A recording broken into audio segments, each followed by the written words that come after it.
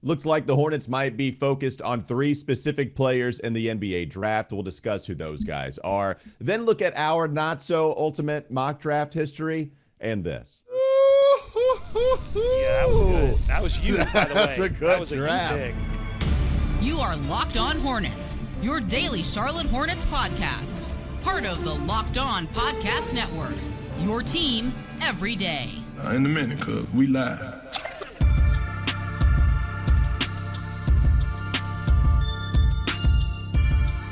It's Locked On Hornets, part of the Locked On Podcast Network. It's your team every day. Thanks for making us your first listen. We're free and available anywhere you get your pods, and that includes YouTube. Today's episode is brought to you by FanDuel. You can make every moment more as playoffs wind down. Playoffs are over in the NBA. The sports stop sporting like we want them to. That is true. But this summer, FanDuel is hooking up all customers with a boost or a bonus daily. That's right. There's something for everyone every day, all summer long. Visit FanDuel.com/lockedon to get started. There's Doug Branson. He's never stopping sporting. He's always sporting. Find him on his Substack, everyhornetsboxscore.com. I'm Walker Mail. Listen to me, WFNZ, every weekday from 12 to 3 p.m. So it looks like the Hornets might be focused on three guys at the top of the draft here, Doug, whether it be number 6, whether they trade up to number 3 with Houston, like previous reports suggested. In fact, we're getting a little bit of buzz surrounding the Hornets as to, they're pretty aggressively pursuing number 3. Who are those three guys, according to Sam Vecini and Jonathan Givony, one of The Athletic, one of ESPN? It is Reed Shepherd out of Kentucky. It is Stefan Castle out of the University of Connecticut. And it is Dalton Knecht out of the University of Tennessee. Three guys, Walker, that you and I have talked about a lot.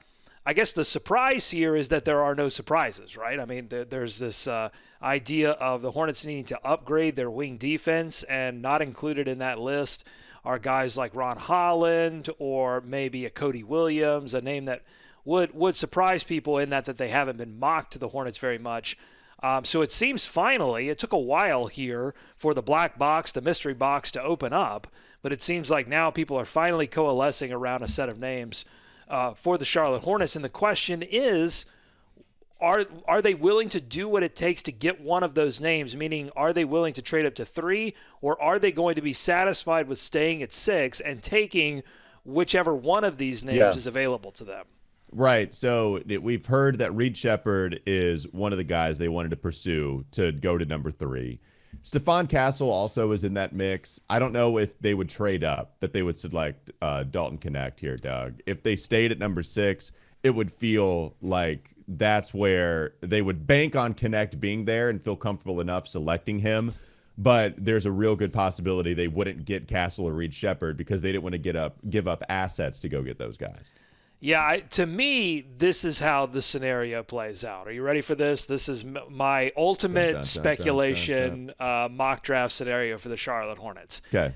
They work the phones. They try to get to 3 for the Houston Rockets. They try to get there for Reed Shepherd. If that fails, I think they make a run at Detroit and the 5th pick, if Stefan Castle is still there, to move up one slot just to make sure that they can acquire Stefan Castle. Maybe that involves a Miles Bridges sign and trade, and there's some extra goodies that come back to Charlotte because you're only moving up one pick there. The gifts that you would have to give to Detroit don't have to be that significant. And then if they can't work out any deal and Reed Shepherd goes 3 and Stefan either goes 4 or 5, which is a very realistic possibility that both of those guys go in the top 5, then and only then do you get into the warm embraces of Dalton Knecht. And he really is, to me, like a comfort pick because he's a guy that's going to knows what he's doing offensively. I think, to me, he projects out as somebody that can be an average defender. I don't think I'm not as low on his defense as everyone else is. I think he will, become a Gordon Hayward level defender where you're like, all right, this guy knows how to do team defense. Yes, he's going to get busted off the dribble every now and then, but generally he's going to be very good for you. And offensively, he's ready to go right now. So we have some history of a team with the Charlotte Hornets moving up or back just one spot, and that's back in 2018 when the Clippers decided that they wanted to move up just one spot to select Shai Gilgeous-Alexander, and then the Hornets traded back, and they would eventually select Miles Bridges, but they did collect a couple of assets. And so if you're looking at a moving up one spot scenario, granted that was 12 and 11, we're talking about 6 and 5, so perhaps a little bit more needs to be given up by the Hornets to move up that one spot. But Charlotte initially selected SGA, traded him to the Clippers for the 12th overall selection and second-round picks in 2020 and 2021. So you swap picks, and then you got a couple of second-rounders. Maybe the Hornets would have to give up more in that scenario that you suggest if you wanted to secure Castle at number 5 before somebody else jumps further and then selects him at number 5 with Detroit. You know what's interesting about this whole thing is that if the Hornets do end up with a Reed Sheppard or Stephon Castle, they are going to come out of this thing as the darlings of the NBA draft punditry. Because if you look across Vicini, the no ceilings draft guides, and if you look at everything that Gavoni and Wu have been talking about, like this, all of the stats folks love Reed Sheppard. They don't love Castle as much, but then you'll read guys like Vicini say, or there was somebody else that had Pelton. Kevin Pelton had Stephon Castle at 10 in his stats-only projections, but said the more he watches Castle, the more he thinks Castle is going to beat that and be more of a top 5 prospect in this draft. So if they are able to acquire one of these players, I guarantee you that people will say that the Charlotte Hornets won the draft, because other guys like Alex Sarr and Donovan Clingan and Reese Shea, the guys who are actually in a contest here for the top 2 picks, they're actually strangely, I think, across the board being rated lower. It's this weird, and maybe it makes sense because this draft is weaker, but like it's this weird divide between the punditry and then all the consensus that we're seeing around the mock drafts and where teams are in terms of Atlanta and Washington. It's just kind of wonky right now. So if the Hornets are able to get one of these guys, I'm telling you, people will say, oh, this new regime, they know what they're doing. You bring up Sam Vecini.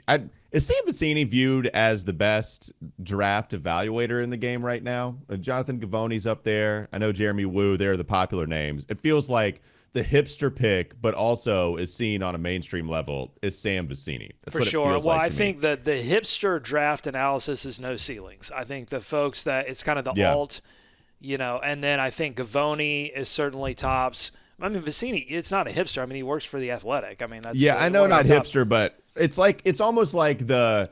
But we know what Gavoni does, we know Gavoni. I know what Gavoni does. I'm hip to Gavoni's game. I'm way ahead of the curve on phony Gavoni. Now Kevin Pelton is your stats nerd, and then Kevin O'Conman is your gossip king. Okay, we got it figured out. Anyways, Vecini He's has TMZ. Kevin O'Conman is the TMZ of draft coverage. I mean, that might even be Gavoni, to be honest with you. Either way, Vecini has Reed Sheppard number 2 on his rankings and Stephon Castle number 3, who are 2 of the 3 that we have here linked to the Hornets. Dalton Knecht 9 on this list, so still pretty high considering some of the concerns that other people have defensively, and perhaps thinking that he's only a one-trick pony microwave off of the bench. So I like the players in the group. For sure, and I meant to mention this to you when I was on, you were filling in for Kyle Bailey on Friday, and I was on your show, and you were asking me about, or you or Wes was asking me about Reed Sheppard, and I was waxing poetic about how stats guys love Reed Sheppard, because if you look at his points per possession across these different pick and roll ball handlers, spot up, off the dribble, like his numbers are off the charts. Now, he didn't get as much volume with a stacked Kentucky team, but when he had the ball in his hands offensively, he was just out of this world, and that's why the stats folks love Reed Sheppard. And I think it's interesting to note that one of the first hires that this front office made was Patrick Harrell, who was, his title is Vice President of like basketball analytics and insights. Like, it's very much, he's a Yale guy, Ivy League guy who's coming in, sports science, sports analytics, all of that stuff. I think that's a focus for this front office. And so it doesn't shock me at all that they love Reed Sheppard. Well, especially if you're considering this regime being of new age thinking and then going after the guy that the Young advanced boys. metrics point to more so. All you needed was the athleticism, despite how small he was, to help even further solidify this is the right pick. And then he breaks out with a 42 max vert at the combine, which was tied, I believe, with Devin Carter for the best max vert that we saw at the combine. So once Reed Shepherd posted that number, and you had all of the phenomenal, and Doug, not only are they phenomenal, maybe you would, I'm not calling him the best shooter we've ever seen come out of the draft or even in the top 20. I'm sure there are better volume stats for other people that just went crazy. There might be that out there. But as far as just the percentages, it's going to be hot. It's going to be really hard to see 50% on 4 attempts again. It's going to be really hard to see some of the percentages. The true shooting's at 70. Like, I mean, that's laughable. That's the stuff here that the analytics nerds are going to absolutely love. And there's a real history of prioritizing analytics in the draft and that working out. There's a real history of that. Jalen Williams is one that comes to mind for me, Doug. He was my favorite player in the draft a couple of years ago, and I just thought the Hornets had to select Duren or Mark Williams, whoever fell. They needed a big guy at that time, and Jalen Williams was already off the board. He was taken, I think, one selection before the Hornets could pick. But he had good stats. Devin Vassell, he also had really good analytics. So then it feels like for me, when I get some of these things wrong, I look at some of those advanced metrics that I ignored, and when I ignore them, it tends for me, at least, Doug, to where if I ignore them, that's where I get the prospect wrong. Like some of the guys that I've missed out on, Zaire Williams, huge fan of Zaire Williams, right? Oh, yeah, so there you go, right? But like there was some real concerns with some of the stuff. Yeah, I had some stats that I wanted to point out as to why I liked him so much, but clearly hasn't worked out. And it's so to where here we are 3 years down the line, not going to work. Scoot Henderson, I still think he's going to work, but I did avoid some of the advanced numbers towards him, right? As Brandon Miller did have a lot of the nice stuff, at least from the perimeter. Shooting at the rim, it wasn't great. So I think with uncertainty, like I go back to a foundation of, yeah, man, this is where it's worked before. So if this is where it's worked before, especially with a draft that's considered weak and everything is so finicky, that's where I'm going to make my bed. That's where I'm going to get all comfy cozy and just select Reed Shepherd if he's there, or Stephon Castle, who finishes really well at the rim, despite some of the perimeter numbers not being good for him. Like that, this is where I start to get as comfortable as possible. Yeah, there must be something there, right? Because you look at his size and you go, this guy, why is this guy in contention for a top 3 pick? I mean, and he came off the bench at Kentucky.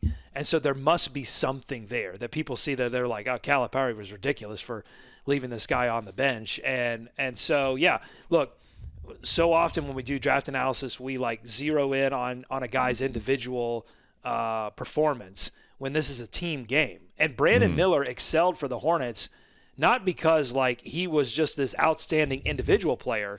He excelled for the Hornets because when the ball was in his hands, he made the right decision, whether it was for himself or for other players. That's the thing that Clifford talked about most when he was extolling the virtues of Brandon Miller, was that he made great decisions. He allowed the team to play good basketball, whether he was the sort of focus of the play or not. And so, I wonder if there's a little bit of that element for Reed as well, that there are multiple things that he can do offensively, and he's got the athleticism to hang defensively while he builds his body.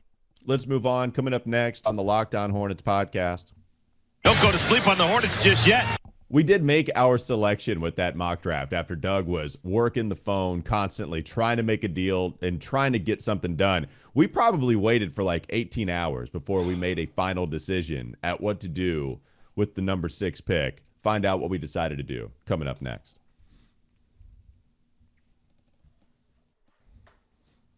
This episode is brought to you by eBay Motors. Passion, drive, and patience, the formula for winning championships, is also what keeps your ride or die alive. eBay Motors has everything you need to maintain your vehicle and level it up to peak performance. Superchargers, roof racks, exhaust kits, LED headlights, and more. Whether you're into speed, power, or style, eBay Motors has you covered. With over 122 million parts for your number one ride or die, you'll always find exactly what you're looking for. And with eBay Guaranteed Fit, your part is guaranteed to fit your ride every time, or you get your money back. Because with eBay Motors, you're burning rubber, not cash. With all the parts you need at the prices you want, it's easy to make your car the MVP and bring home huge wins. Keep your ride or die alive. I'm doing a really good job, eBay Motors. Keep your ride or die alive at ebaymotors.com. Eligible items only. Exclusions apply. eBay Guaranteed Fit only available to U.S. customers. More Locked On Hornets ahead.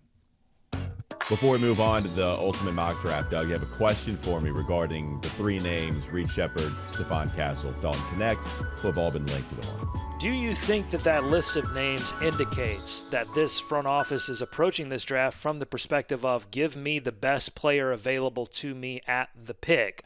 Or do you think that this list of names indicates that they are thinking more about fit? I think that they are looking at it just based off of best player available. It's one of those things, though, where I do think they kind of coincide. The only thing that I would disagree with that last statement with is if Donovan Clingan was in the mix, who I do think is a really good prospect, doesn't necessarily fit with the Hornets if you are banking on Mark Williams being your center for the future. So it would make sense that, okay, if Clingan is in the same realm of a Reed Sheppard or Stephon Castle just in your mind, that you would go with the guy who could be on the floor with Mark Williams at the same time rather than go with the guy who can't. So for me, I think it does kind of coincide here with the exception of Donovan Clingan. But Ron Holland, right, Devin Carter, even with some of these names that I like, Buzelis is going to be gone, just anybody in that mix.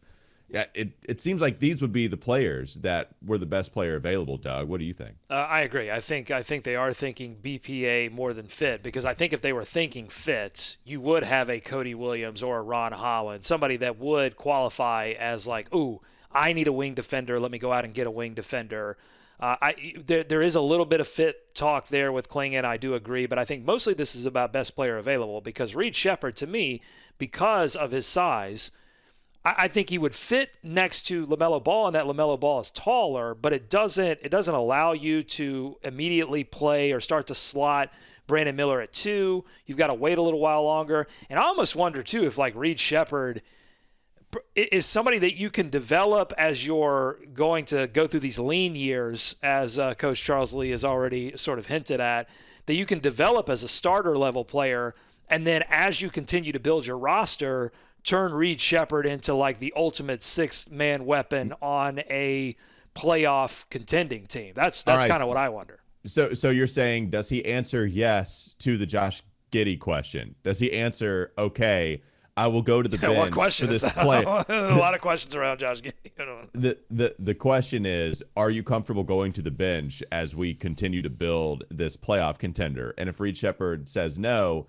then you trade him. And if he says, yes, I'm comfortable with that, then you bring in somebody talented off of the bench. Whereas Giddey said, no, I'm not very comfortable with it. And so he gets shipped off to Chicago for Alex Caruso. If that's the scenario you pose, if that plays out in 3 years' time, how does Reed Sheppard answer that question? And then we'll see from there. Well, that's in the immortal words of Homer Simpson. That's a future Homer problem. That is a future Homer problem. You want to go through this mock draft and go through some of the history that we have here? Yeah, so listen, if you listened last week, you know that we really were sort of back and forth on what we should do in the ultimate mock draft. There's not going to be a show this year, but we still went through the process of doing the draft because we've been doing it since 2017.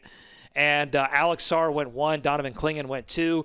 Houston and the folks there at the Locked On Rockets podcast didn't really even go through any trade talks. I was surprised by that. They just really wanted to play the game, unlike the actual Houston team that seems to be very willing to deal.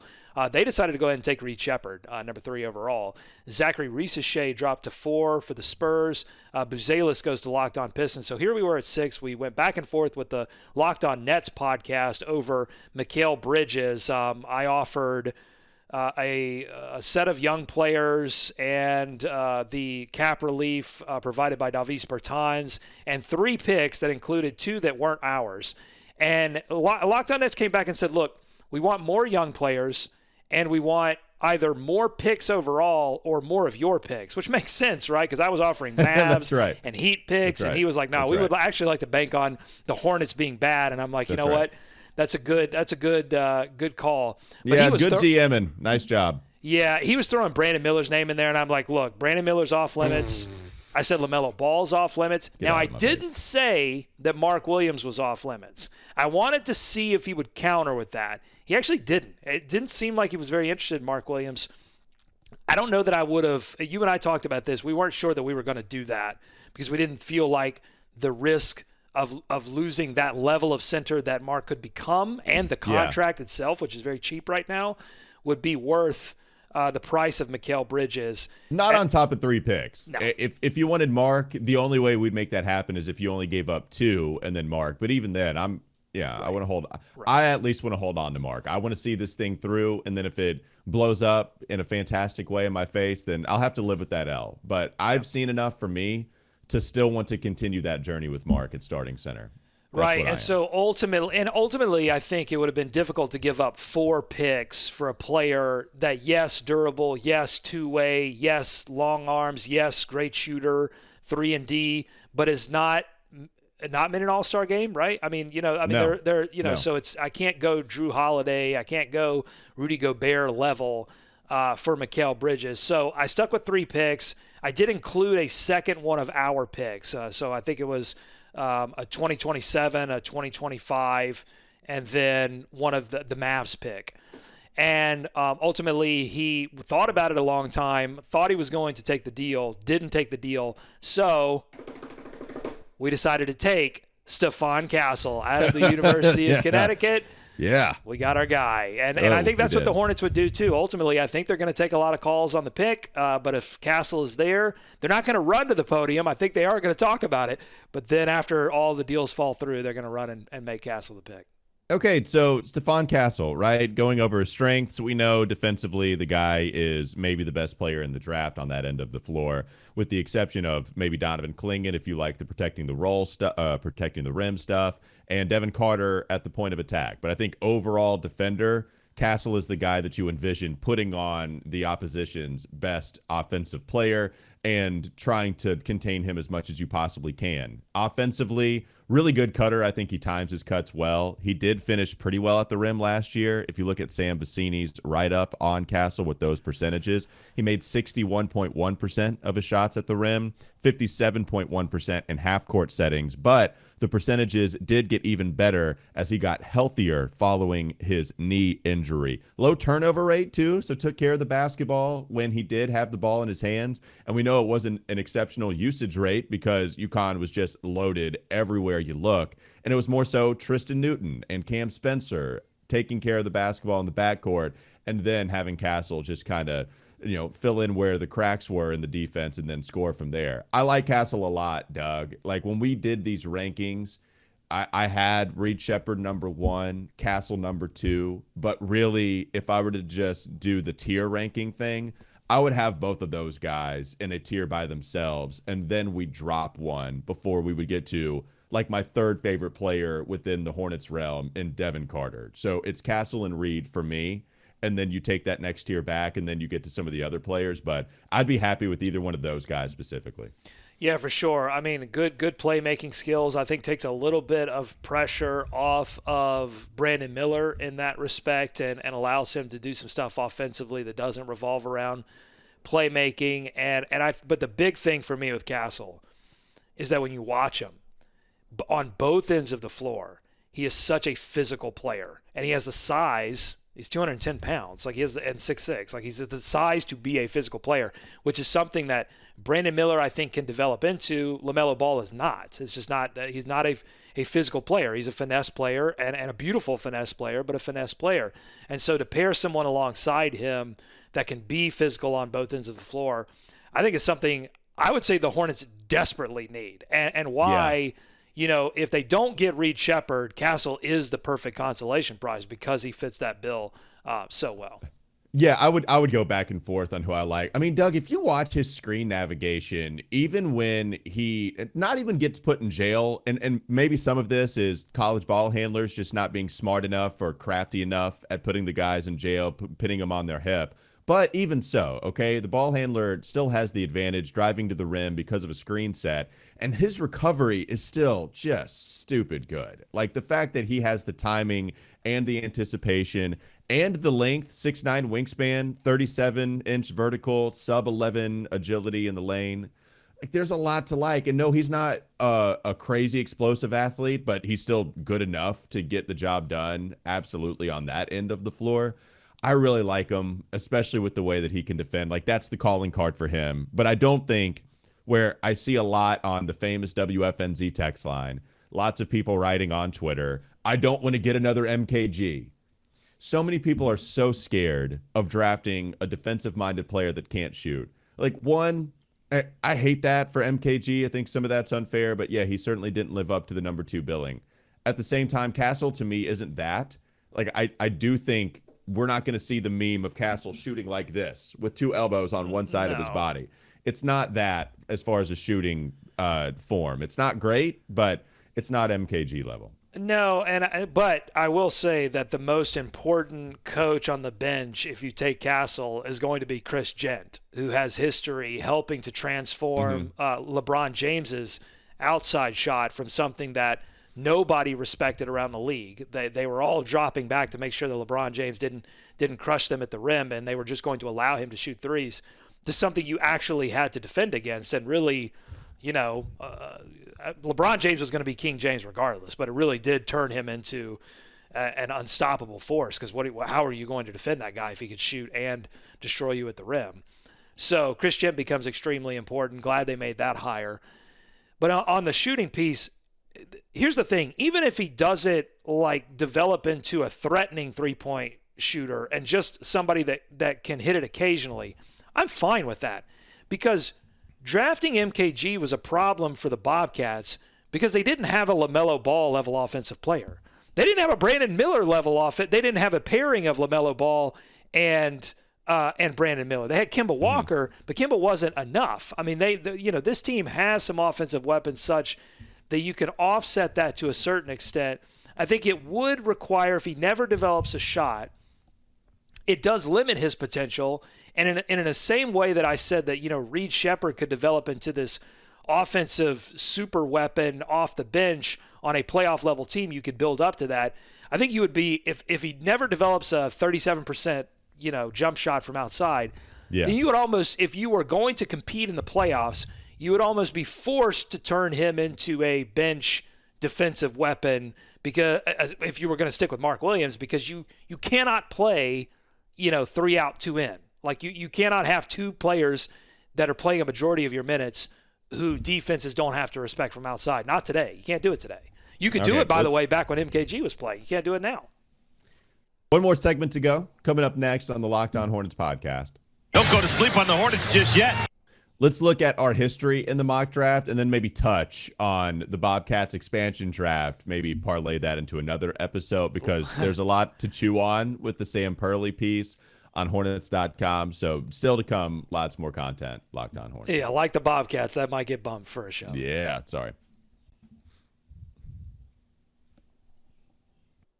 This episode is brought to you by FanDuel. I love sports. I love them so much. I never want them to really stop. But as the playoffs wind down, we get fewer games and the sports aren't sporting like I want them to. And now it's harder to create content, not only with niche podcasts like this one where we talk about one team 5 days a week, but also my other job where I have to talk about a whole bunch of other stuff every single weekday. I need the sports to sport again, but at least FanDuel has me covered. FanDuel lets me keep the sports going whenever I want to. All I have to do is open the app and dream up bets anytime I'm in the mood. And this summer, FanDuel is hooking up all customers with a boost or a bonus daily. That's right. There's something for everyone every day, all summer long. So head over to FanDuel.com/lockedon and start making the most out of your summer. FanDuel, the official sports betting partner of Major League Baseball. More Locked On Hornets ahead.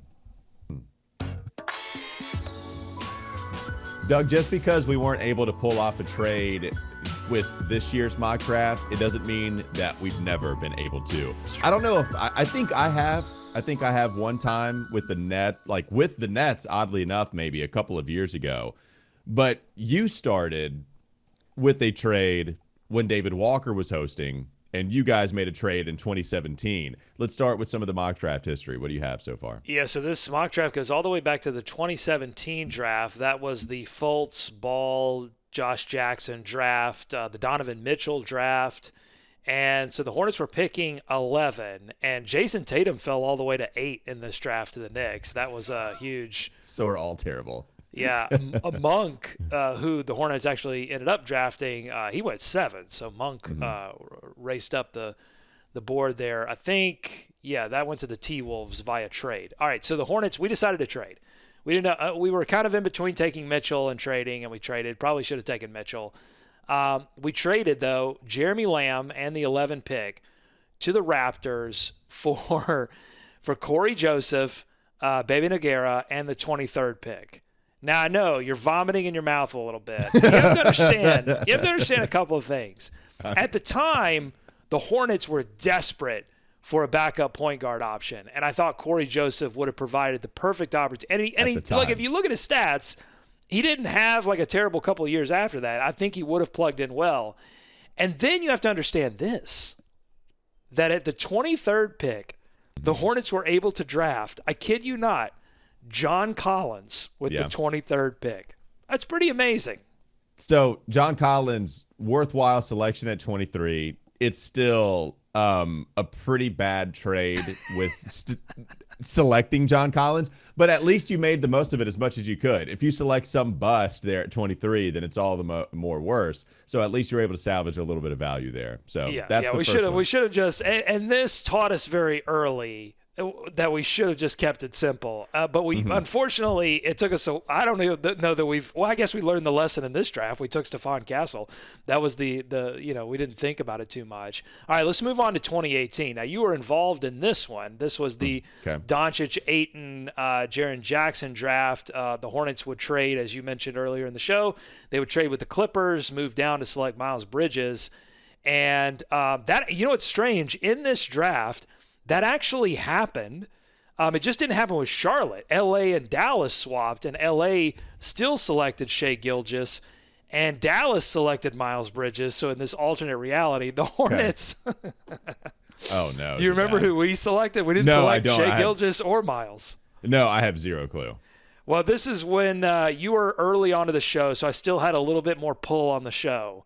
And so I played my card and said, I want to take Lonnie Walker the fourth. Oh, that's right. Oh, yes. I remember. Yeah, of course. Of course I remember Lonnie. Yeah, I forgot about that. Who went after him? So then it was Shai, and then it was Miles, and then it was Zaire Smith, Robert Williams. Herder went 17. Oh, so you're saying, wait, I'm sorry. SGA went after Lonnie and Miles went after Lonnie? Yeah. So what I'm saying is the swap happened. It just happened a pick later. So the Clippers moved up and swapped with Dallas. Sorry. Okay. Sorry. Okay. Oh, that's a tough one. That's a brutal one. Okay. All right. So that's 18. We're not doing great. Although I'll still stand by the 2017 results, honestly. All right. Let's move quick here. So 2019, we traded again. This time we traded with Brooklyn. This was the Zion Morant draft. The Hornets had the 12th pick. There was no one that, as I recall, there was no one that we really liked. And so we traded the 12th pick for 2 first-round picks, the 17th and the 27th pick. So Brooklyn decided to take Sekou Doumbouya with the 12th pick. Okay. And with the 17th pick, we took Bobo. Oh, dude, that was your guy. Talk about somebody we didn't really love. You did love some Bobo. That was your boy. I did. Oops. All right, 27th pick, we selected Keldon Johnson, which I think was a savvy pick. Oh, that's a good pick. Okay. Yeah, I think he went way higher in the actual draft. Or at least he got a big second contract. I don't know how great he is now, but like good enough at 27 to where it was worthwhile. So, all right, solid. PJ went 21 and Grant went 22 in that draft. Okay. So there you go. All right, 2020 mock draft. The Charlotte Hornets, we were the 3rd pick. That was obviously the LaMelo Ball pick. But Ball went number 1 overall to Minnesota. Anthony Edwards went to Golden State. I'm sure Golden State wished that had happened. Charlotte, we did not take James Wiseman. We had a lot of debate at the time about that. We opted to take Onyeka Okongwu, who I think, of those options, obviously we weren't hip to Halliburton. Not a lot of people were. He went in this draft about where he went in the actual draft. But Okongwu, it's TBD on him. I mean, he's obviously not, I don't think he's going to be a star, but I think he's got some good player. Yeah, I mean, still. Better than James Wiseman. So at least we did make the right pick there. Who are the players after him? So Killian Hayes, Okoro, Vassell, Wiseman, Halliburton, Toppin. I don't think there were. I loved Vassell, man. I'm sure we had to talk you out of it. Yeah, I'm sure, dude. I did love me some Devin Vassell, and but I did like Okongwu as well. I like understanding that they needed a center. You probably didn't need to talk me into it all that much. I'm reading the notes here, and apparently we did negotiate with San Antonio a trade that revolved around DeRozan and 11 for Okongwu. Now 11 was Patrick Williams. Pokashevsky went 17. So I'm probably glad that trade did materialize.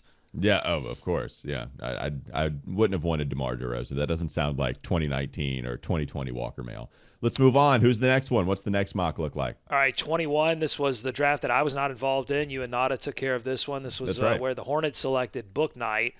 And you selected, I said this name was going to come up again. Yeah. You selected Zaire Williams. All in on him, dude. I loved Zaire so much. I just saw the positional archetype, the guy that could develop as a wing defensively. Oh, I loved him. That's my biggest miss. That's my biggest miss. Yeah, the shooting never came for him enough. Had some moments, by the way, his rookie year. Like, it looked like he'd be pretty good, or at least the potential, and then it just never materialized. But Zaire Williams, that is not a pick. That is all me, baby, and that is probably my worst pick as far as, like, the fervor that I had for someone that didn't work out. You know what's hilarious about this mock draft? So obviously we're looking back on this draft now after everything that happened with Kai Jones and Book Knight and JT Thor too. We look back on that draft and go, wow, that was an apocalyptically bad draft. Really set the franchise back. Terrible. And yet if you look at this mock draft, Kai Jones goes 12. Book Knight goes 14. JT Thor goes 24 to the Houston Rockets. Like, just based on this, I'm sure after you had to be looking at the Hornets draft and the analysis that you and Nada did after looking at this mock draft, you had to be thrilled with how much talent you were able to acquire versus where the pundits were. Well, Doug, if you'll remember, I didn't have Nada on a post-draft episode. I had Doug Branson. I had Doug Branson from a Dallas was it Dallas Airport? Yeah, because we were doing the Locked On NBA show. And you and I weren't exactly thrilled with the way that the real draft, by the way, panned out. You and I both like Jalen Johnson better. Who else did we like? I forget some of the other guys that we liked. But yeah, I know we were like, okay, we'll see. But yeah, I don't think either one of us were huge fans of that one when it came in. Yeah, Jalen Johnson was my guy in that draft for sure. I thought Davion Mitchell would be very good. Franz Wagner was one pick away. I don't know if he was available. I did like Franz. Yeah. Yeah, if you would have gotten when James Plowright had all of the Hornet media rankings, Wagner might have been number one, like as a consensus, where he was so frequently in the top 5 for everybody, but other people had other prospects number one. Wagner is what Hornets Twitter liked the most as a collective. All right, so moving on, 2022 draft. This was the Duran Mark Williams debacle. So the Hornets, we had the 13th and the 15th pick, and in the 13th slot, we selected Mark Williams, who went 15th in the actual draft. Now, instead of trading, they traded the 13th pick. We traded the 15th pick, actually, to San Antonio, and we traded back to the 20th pick. I'm not seeing what we got in return, unfortunately. Must have gotten something in return. Yeah, maybe that's future or whatever. I don't know. I don't know. We traded back to 20 and got Jalen Williams. I'm not sure if we got a player. Yeah, that was good. That was you, by the way. That's a good draft. You pick because you liked him and I didn't. Loved him. And I was like, well, this is your pick. So, yeah, that was good. Mark Williams, Jalen Williams. If only that was reality, Doug. If only that was reality. Killer. I'd been killer if the Hornets didn't trade a first-round pick for a significantly worse first-round pick. In fact, I tried to trade Nick Smith Jr. to the Nets and couldn't do it. So wait, draft, we get Mark, we move back, get assets, and still end up with Jalen Williams. Because I feel like if we had gotten a player, we would have named the player here in the doc. So we probably did get future. We were probably in future building mode. Okay, man, that's making me hot and bothered. All right, the next one maybe not so much. What's the next one? Well, you know what we did in 2023, baby. We were fully aboard the scoot wagon. We were not trading that pick. We took no offers, no phone calls. We ran to we sprinted to the podium. Yep. And with sweaty palms and sweaty brows, we out of breath, we selected Scoot Henderson, number 2 overall. Brandon Miller went 3. The Thompson twins. It's so weird, this 2024 draft, because 2023, other than Scoot and Brandon flip-flopping, was so locked in. And Cam Whitmore goes 8 in this one. He falls. So there were a couple of movers and shakers, but generally you understood where guys were in that draft. It's because it was good, right? So you just took the next player available. It felt like there was a pretty well-decided order outside of Scoot and Brandon. And Brandon Miller, I'd say reality got that one right. As previously, probably didn't get it right in a couple of those scenarios. Last year, they got it right. Selecting Brandon, excellent pick. Now, Nick Smith Jr. went 14th to the Pelicans, so was not available for our second first-round pick last year, 27 overall. And we picked Dariq Whitehead, and I think that was your pick. I liked him, yeah. Well, and so he's still got some more. He's in the Brooklyn Nets organization, still working his way up. So we haven't really seen what he is or isn't yet, other than he hasn't been able to crack the rotation there in Brooklyn. We did pass on Brandon Pajemski, who went 30th overall to the Clippers. That would have been the one for sure. Whitehead probably battling some injuries too. I know he did out of college, so we'll see. All right, that was fun. Yeah, that, you know what? Not as bad. Like, I think there was some salvaging with some of the picks that we had. I think Keldon at 27, pretty solid. Certainly 2 years ago, that was good. So, I mean, John Collins in the 20s. I mean, I'm sorry. Well, that's perfect. You got him, man. I can't remember where he landed, if it was like at the top 10 or right outside the top 10 in that actual draft. But no, it was a little bit later, but it was higher than what I think it was like 17. But hold on. I've got to look this up where he was drafted, because I don't think it was that low. No, it was. It was something. It wasn't like 11 or 10. All right, it was pick 19. My fault. Yeah. My fault. Pick 19. All right. But still, hey, still good value. Yeah, you won that trade.